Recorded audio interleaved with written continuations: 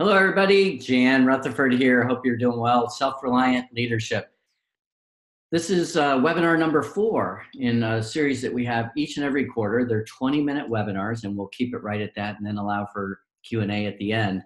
And this one is all about how to have that dreaded conversation. And we're going to talk about why it's so hard to have difficult conversations and the steps to setting clear expectations and creating real accountability. But first, before we get started, I want you to think about, it's all about hearing the unheard, so to speak.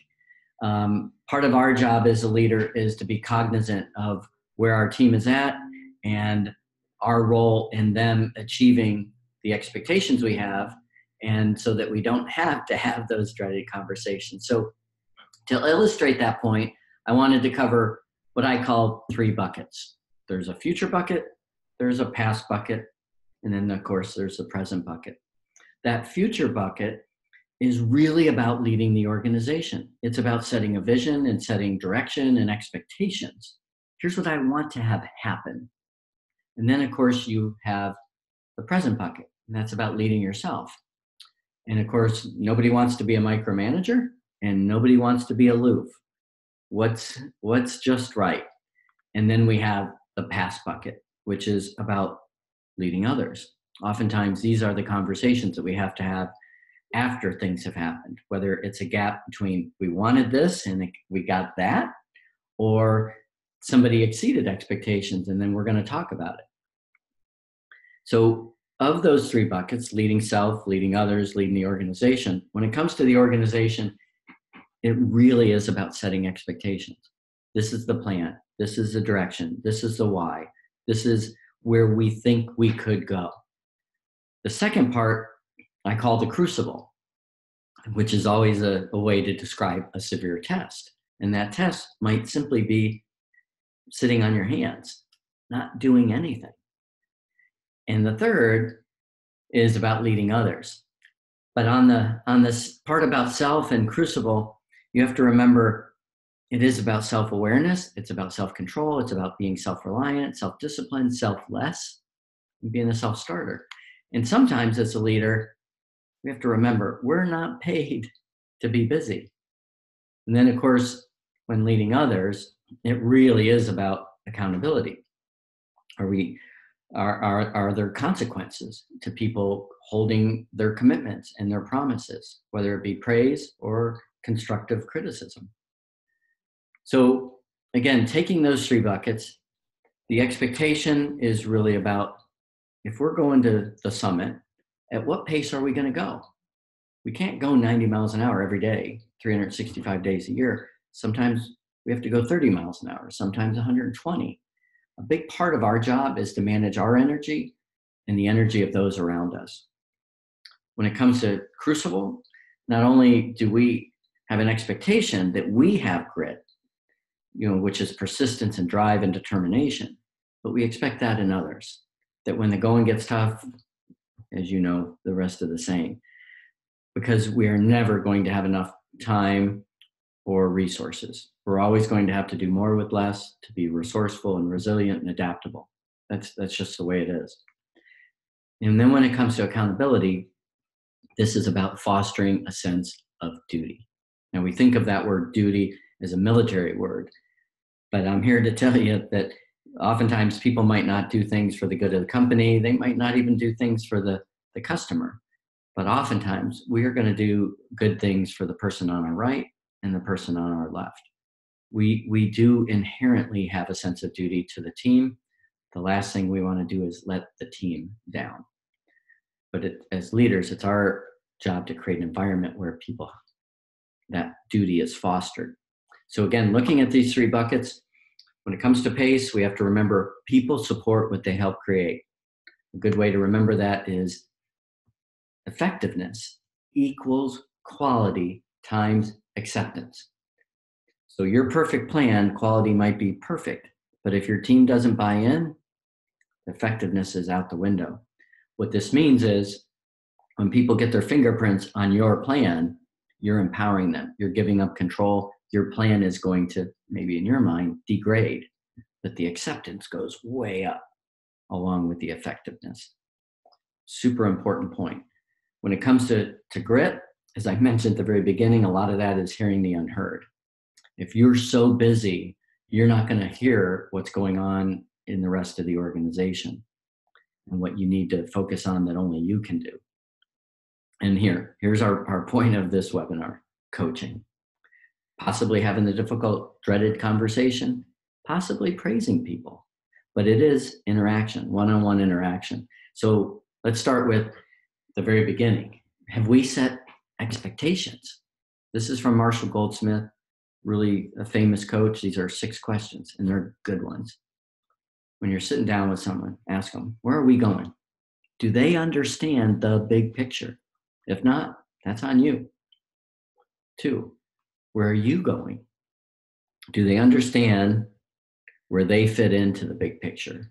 How their role, their duty is critical to the success of the organization.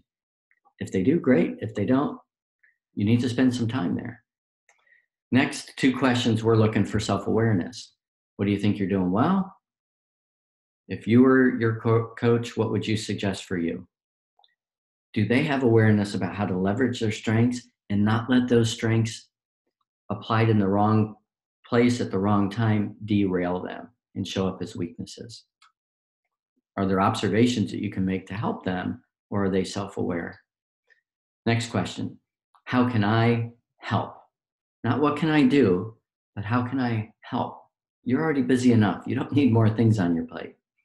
Last thing, what suggestions do you have for me? And this is important because if you get silence, it means one of 2 things. Either the folks fear you or they just don't care. There's apathy. So you have to have a relationship that's built on reciprocity. There has to be a 2-way conversation. So silence can often be a danger sign. So let's listen to Brett Mitchell and hear what he has to say about coaching. And this is one of the youngest conductors of a symphony in the country. He is now the maestro at Colorado Symphony. And when we interviewed him on the podcast, behind him was a whole bunch of books on business and teamwork and leadership. But take a listen to what he has to say about the subject. And he said to me at the end of my first season, he said, you know, in every segment of a piece that you're going to rehearse, there are going to be 14 mistakes that happen, let's say. He said 11 of those mistakes are going to fix themselves. The people know that it happened. They understand what they need to do to fix the issue. Your job, he said to me, as the conductor, is to find the 3 that aren't going to fix themselves and do whatever it is that you can to fix them. And I've always taken that approach and that again, we come back to trust. Trusting that those other 11 things that have gone wrong will be fixed by the musicians. They know what's happened. So you picture it, the conductor back to the audience looking, and they're conducting and they hear something. The oboe missed a note. Do they smile at the oboist or do they frown? They hear something over here. They missed a note, a passage. Do they acknowledge it? Maybe they choose to ignore it. And all of a sudden, there's something really bad that won't fix itself. Stop. Address. Think about that. The conductor's doing that in the present with twitches of the eyebrow and nuances and with emotion. But it's very intentional. And they are rehearsing for perfection, knowing that they will never achieve perfection. But what he's really trying to do is get the most out of people. So again, and he's going to get the most out of people with praise more than he is with feedback. So if you know that you set expectations, then the first step in having this dreaded conversation is planning for it. So the first thing is, just like Brett said, is it worth your time and effort? Is it one of the 3 things or one of the 11 things? Second, have you been clear with your expectations? Now, the third thing is, what's required for you to help? what sort of emotional state do you need to be in? A table pounding state or a calm, cool, collected? We are in charge of our emotions. We have to portray the emotions that we think are going to get the best response. Now, you might think, well, that's not being very authentic. And I would challenge you and say, your job as a leader sometimes is to put your own self aside. What's best for the team? Ronald Reagan, you might recall, as a great communicator, was famous for saying, I don't know how anyone could be president who wasn't an actor. And what he meant by that was leadership, to a large degree, is a performance. It is intentional and on purpose because we're trying to get a response from the audience, the citizens, our people. So the fourth thing is what might get in the way of helping. You know, what's the right environment? What do I need to do to make sure that this is set up right? And then looking at it, the hypothesis is it a can't do or won't do? Is it a training thing or is it drive and motivation? If it's training, it's easy to fix. You train them. If it's drive, that's the dreaded conversation. I made the mistake early in my career of thinking everything was a training issue, and it just wasn't the case. There might even be incentives that are getting in the way. It might not just be what the eye sees. There might be some underlying things, and it's up to you to come in with a hypothesis. And again, how will you manage yourself in the process?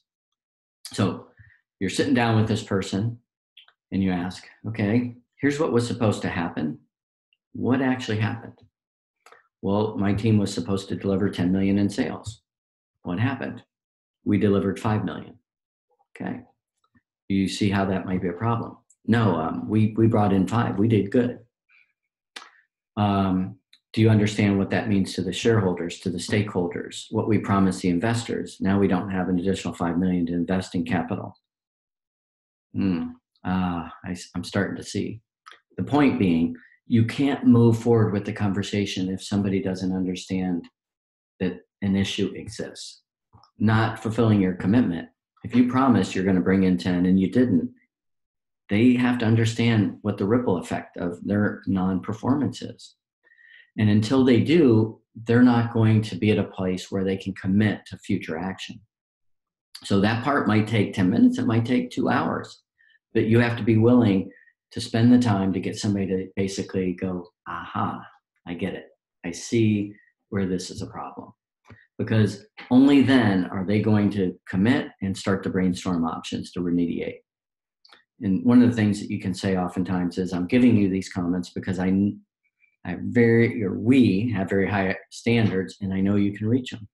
What you're saying there is, it's not about my personal expectations. It's about the standards of the organizations. And I believe in you. I know you can meet them. Research shows that when we state things this way, performance can go up 40%. So you're back with this person, you're brainstorming options.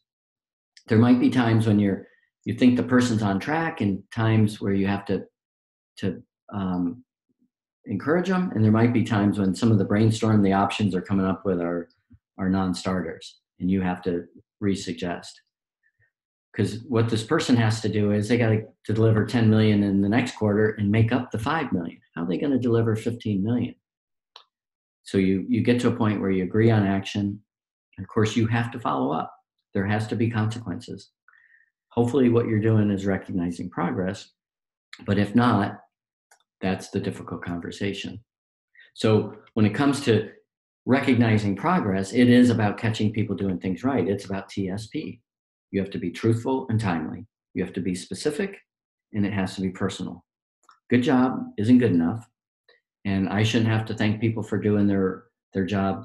No longer is true. You do.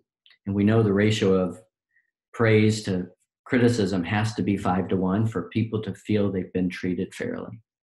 And there's some research recently by Marcus Buckingham, and you can look this up, the feedback fallacy.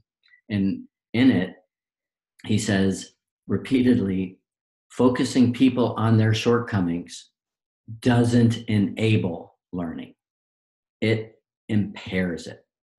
So in the article, there's a table that exists of, instead of, try this. And one of the ones that I could really relate to is, because I heard it from my boss a long time ago, was you need to be more of a strategic thinker. What would have been a lot more helpful is if he said, Jan, I'm struggling to understand your plan. Tell me how you got there. You didn't consider this. You should have considered that. What about this? You know, Jan, that's strategic thinking. Taking a step back, I would have went, aha. But just telling me I need to be more strategic wasn't helpful at all. So that's what I've got for you today on really having that dreaded conversation. And what I would encourage you to do is to really make sure when you look at the two buckets that you've been really clear on your expectations. This is you looking in the mirror and not just saying, well, I told them. Yes, you might have told them, but did you ask them to play it back? Did you hear? And then secondly is when you have the accountability, when it's already happened, has there been consequences? And in the middle, you're providing autonomy, so decision-making authority. You're helping people develop mastery. And the big scheme of things, you're providing purpose, or the why. And those three things come from Dan Pink's work. So a lot of this material is covered in some of the courses that we have posted on LinkedIn Learning. So if you're not a member, I would encourage you to do so. And you can also email me and I can get you access for 30 days. And some of the material I've covered in this webinar is also in Leading the Organization. And I'll be posting this online as well. So I'm going to stop recording and take any questions you've got. And again, I appreciate your participation in this webinar and encourage you to let me know your thoughts on future topics that we'll do each quarter. Thank you. Have a great day.